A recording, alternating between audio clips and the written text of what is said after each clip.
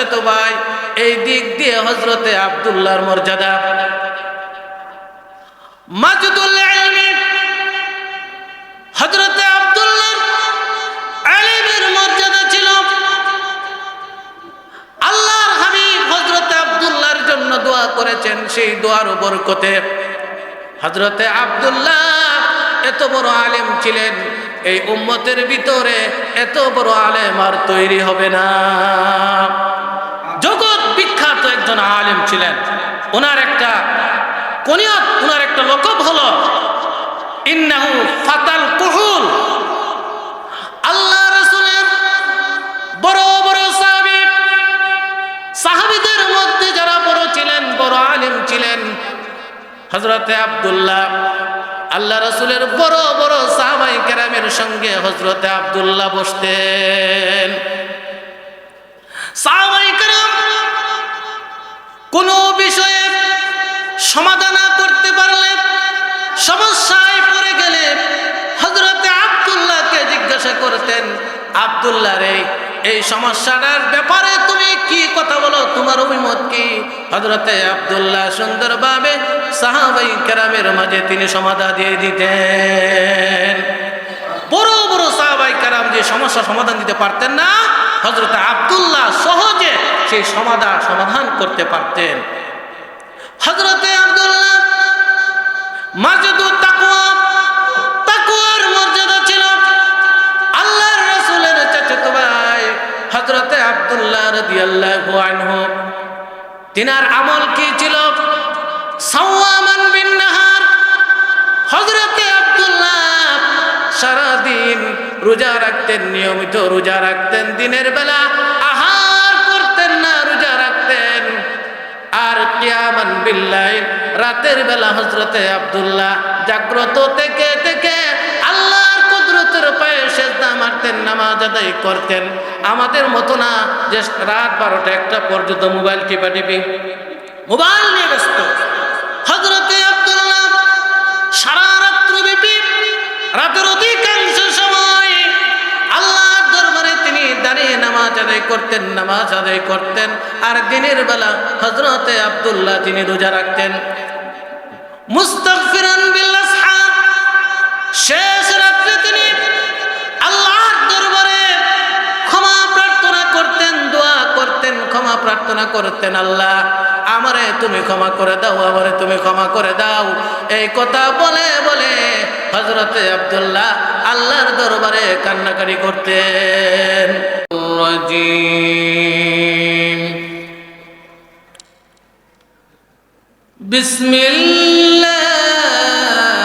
বিসমিল্লাহির রহমানির রহিম।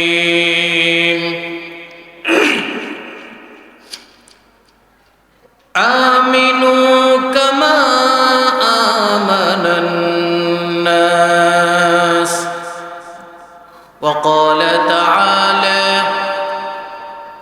قولوا للناس حسنا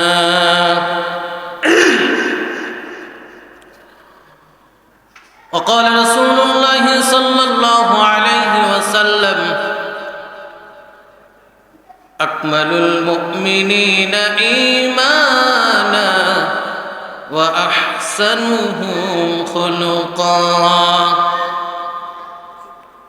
وقال رسول الله صلى الله عليه وسلم إنما بعثت لأتمم مكارم الأخلاق أو كما قال عليه الصلاة والسلام إن الله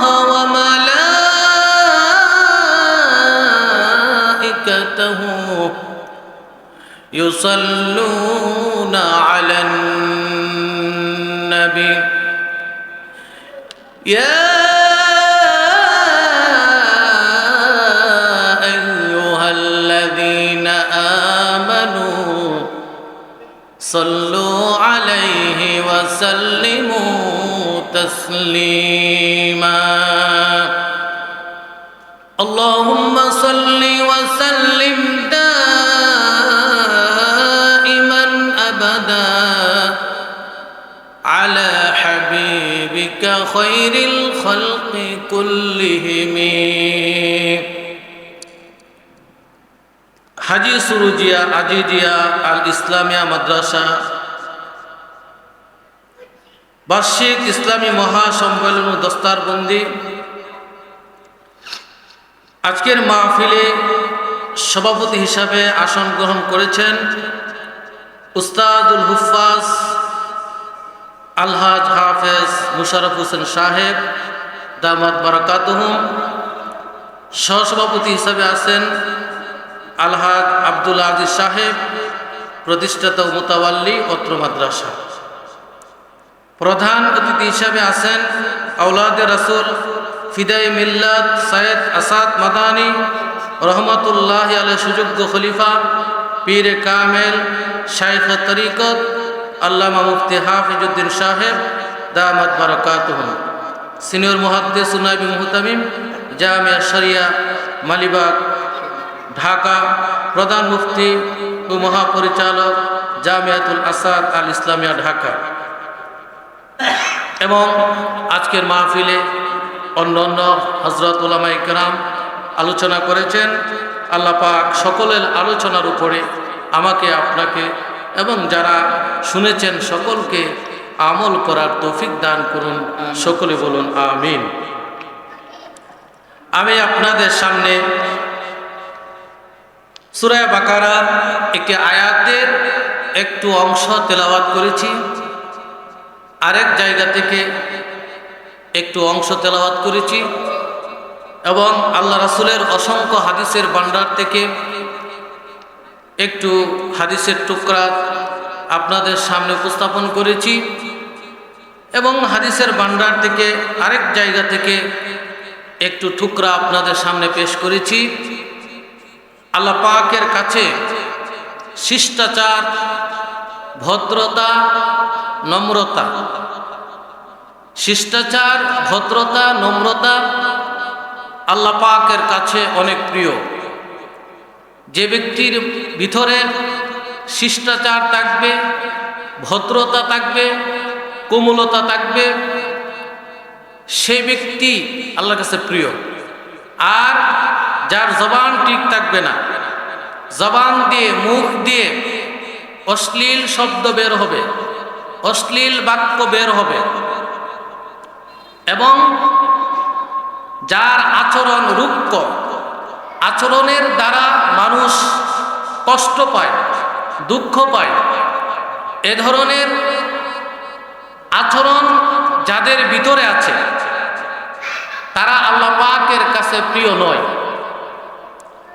যাদের ব্যবহার খারাপ, যাদের আচরণ খারাপ, যাদের কথাবার্তায় মানুষের অন্তরে দুঃখ দেয়, এরা আল্লাহ পাকের কাছে প্রিয় নয়। সেজন্য আল্লাহ পাকের কাছে প্রিয় হতে হলে নম্র হতে হবে, ভদ্র হতে হবে, কথাবার্তা এমন হতে হবে যেন মানুষ দুঃখ না পায়। মানুষের অন্তরে কষ্ট দিয়ে কথা বলা যাবে না। এজন্য আমাদেরকে ভদ্র হতে হবে, নম্র হতে হবে। কোরআনে কারীম আমাদেরকে শিক্ষা দিয়েছেন। আল্লাহ পাক বলেছেন, ওয়াকুলু লিন-নাসি হুসনা। আল্লাহ বলেছেন, হে দুনিয়ার বান্দাবান্দিরা, তোমরা মানুষের সাথে সুন্দরভাবে কথা বলো, ভালোভাবে কথা বলো। তোমার কথার দ্বারা, তোমার আচরণের দ্বারা আরেকজন যেন কষ্ট না পায়।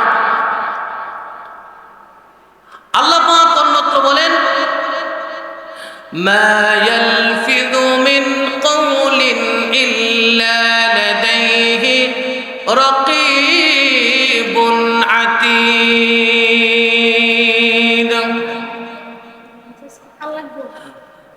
আল্লাহ পাক বলেন, হে দুনিয়ার মানুষেরা, তুমি তুমি যখন থেকে বালেগ হয়েছ, প্রাপ্তবয়স্ক হয়েছ, যখন থেকে তুমি মুকাল্লাফ হয়েছ, মুকাল্লাফ আরবি শব্দ, এটা বাংলা বুঝতে হবে, তখন আমরা বুঝবো মুকাল্লাফকে। মুকাল্লাফ অর্থ হলো, সাউন্ড কমান, একটু শিশমার কিলি একটু কমান। মুকাল্লাফের অর্থ হলো যে ব্যক্তির উপরে শরীয়তের আদেশ নিষেধ প্রযোজ্য, যে ব্যক্তির উপরে শরীয়তের আদেশ নিষেধ প্রযোজ্য সেই ব্যক্তিকে মুকাল্লাফ বলা হয়। যেমন প্রাপ্তবয়স্ক হইলে তার উপরে নামাজ ফরজ, সে মুকাল্লাফ। অর্থ থাকলে তার উপরে যাকাত ফরজ, হজ ফরজ, সে মুকাল্লাফ। দুটি শর্তে, একটা হলো সে মুসলিম হতে হবে এবং সে সুস্থ জ্ঞান সম্পন্ন হতে হবে, তাহলে সে মুকাল্লাফ। শরীয়তের যত বিধিবিধান আছে তার উপরে প্রয়োগ হবে, তাকে বলা হয় মুকাল্লাফ। আল্লাহ তাআলা কোরআনে কারীমের মধ্যে বলেন, মা ইয়ালফিযু মিন কওলিন ইল্লা লাদাইহি রাকীবুন আতীদ। দুনিয়ার মানুষেরা প্রাপ্তবয়স্ক হওয়ার পর থেকে নিয়ে মৃত্যু পর্যন্ত তোমার জবান থেকে, তোমার মুখ থেকে যেই সকল শব্দ, যেই সকল বাক্য উচ্চারণ হয়, আল্লাহ বলেন তোমার সমস্ত বাক্যগুলো, তোমার সমস্ত শব্দগুলো আমি আল্লাহ রাব্বুল আলামিন লিপিবদ্ধ করে রেখেছি। এখান থেকে আমাদেরকে বুঝতে হবে, আমি যখন থেকে প্রাপ্তবয়স্ক হয়েছি তখন থেকে নিয়ে আজ পর্যন্ত আমি যত কথা বলেছি, এই কথার ভিতরে যত ভালো কথা আছে, খারাপ কথা আছে, আল্লাহ বলেন বান্দারে তোমার জীবনে যত ভালো কথা, খারাপ কথা আছে, আমি আল্লাহ রাব্বুল আলামিন তোমার সমস্ত কথাগুলো রেকর্ড করে রেখে দিয়েছি।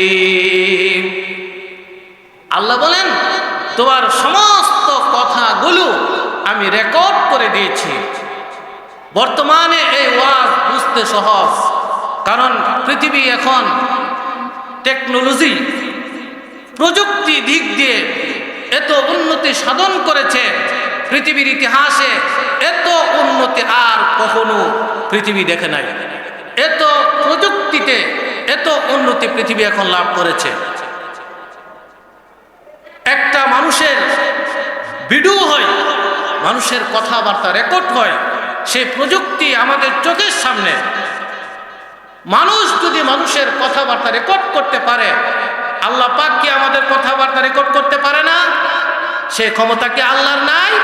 আল্লাহ পাক এই প্রযুক্তি আবিষ্কার হওয়ার শত শত হাজার হাজার বছর আগেই সারা দুনিয়ার সমস্ত মানুষদেরকে আল্লাহ পাক জানিয়ে দিয়েছেন, তোমার সমস্ত কথাবার্তা, ভালো মন্দ যা কিছু আছে সমস্ত কিছু আমি আল্লাহ রেকর্ড করে রেখে দিয়েছি। সময় মতো তোমার রেকর্ড তোমাকে শুনিয়ে দেওয়া হবে। এজন্য যে আয়াতের অংশটুকু তেলাওয়াত করেছি, সে আয়াতের অংশে আল্লাহ পাক বলেন, ওয়াকুলু লিন-নাসি হুসনা।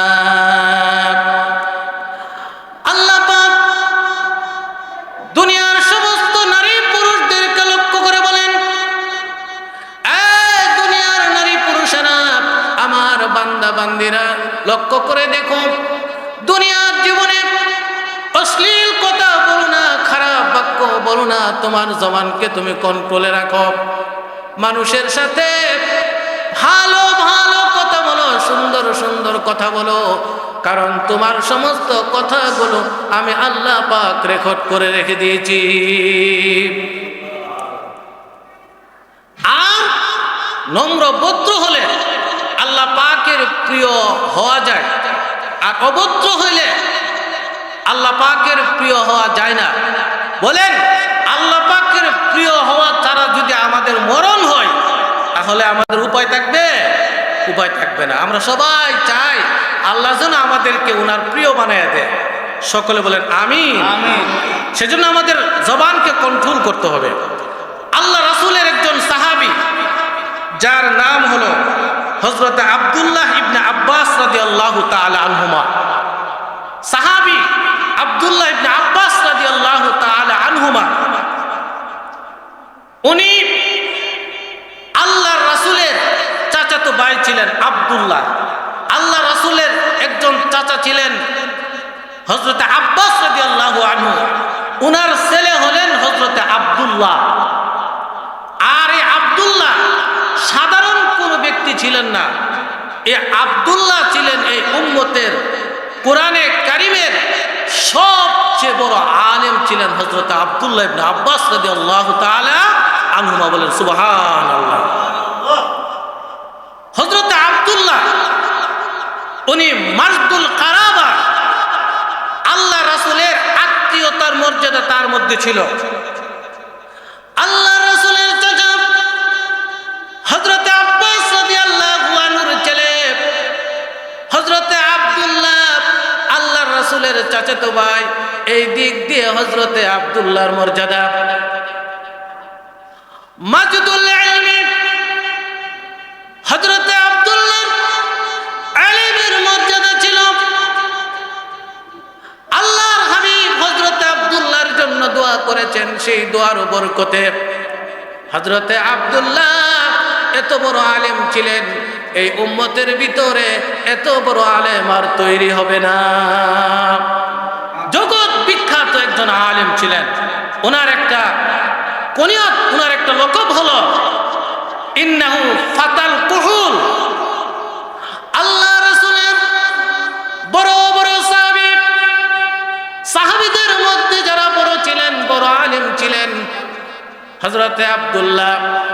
আল্লাহ রাসূলের বড় বড় সাহাবায়ে কেরামের সঙ্গে হযরত আব্দুল্লাহ বসতেন। সাহাবায়ে কেরাম কোন বিষয়ে সমাধান করতে পারলে, সমস্যায় পড়ে গেলে হযরত আব্দুল্লাহকে জিজ্ঞাসা করতেন, আব্দুল্লাহ রে এই সমস্যাটার ব্যাপারে তুমি কি কথা বলো, তোমার অভিমত কি? হযরত আব্দুল্লাহ সুন্দরভাবে সাহাবায়ে কেরামের মাঝে তিনি সমাধান দিয়ে দিতেন। বড় বড় সাহাবায়ে কেরাম যে সমস্যা সমাধান দিতে পারতেন না, হযরত আব্দুল্লাহ সহজে সেই সমাধান করতে পারতেন। হযরত আব্দুল্লাহ মাসদুত তাকওয়া, তাকওয়ার মর্যাদা ছিল। আল্লাহর রাসূলের চাচাতো ভাই হযরত আব্দুল্লাহ রাদিয়াল্লাহু আনহু, তিনার আমল কি ছিল? সাওয়ামান বিন নাহার। হযরত আব্দুল্লাহ সারাদিন রোজা রাখতেন, নিয়মিত রোজা রাখতেন। দিনের বেলা আহার করতেন না, রোজা রাখতেন। আর কিয়ামান বিল্লাইল, রাতের বেলা হযরত আব্দুল্লাহ জাগ্রত থেকে থেকে আল্লাহর কুদরতের পায়ে সিজদা মারতেন, নামাজ আদায় করতেন। আমাদের মতো না যে রাত 12টা 1টা পর্যন্ত মোবাইল টিপাটিপি, মোবাইল নিয়ে ব্যস্ত। হযরত আব্দুল্লাহ সারা রাত্রিব্যাপী, রাতের অধিকাংশ সময় আল্লাহর দরবারে তিনি দাঁড়িয়ে নামাজ আদায় করতেন। আর দিনের বেলা হযরত আব্দুল্লাহ তিনি রোজা রাখতেন। মুস্তাগফিরান বিল আসহার, শেষ রাত্রে তিনি আল্লাহর দরবারে ক্ষমা প্রার্থনা করতেন, দোয়া করতেন, ক্ষমা প্রার্থনা করতেন, আল্লাহ আমারে তুমি ক্ষমা করে দাও, আমারে তুমি ক্ষমা করে দাও। এই কথা বলে বলে হযরত আব্দুল্লাহ আল্লাহর দরবারে কান্নাকাটি করতেন।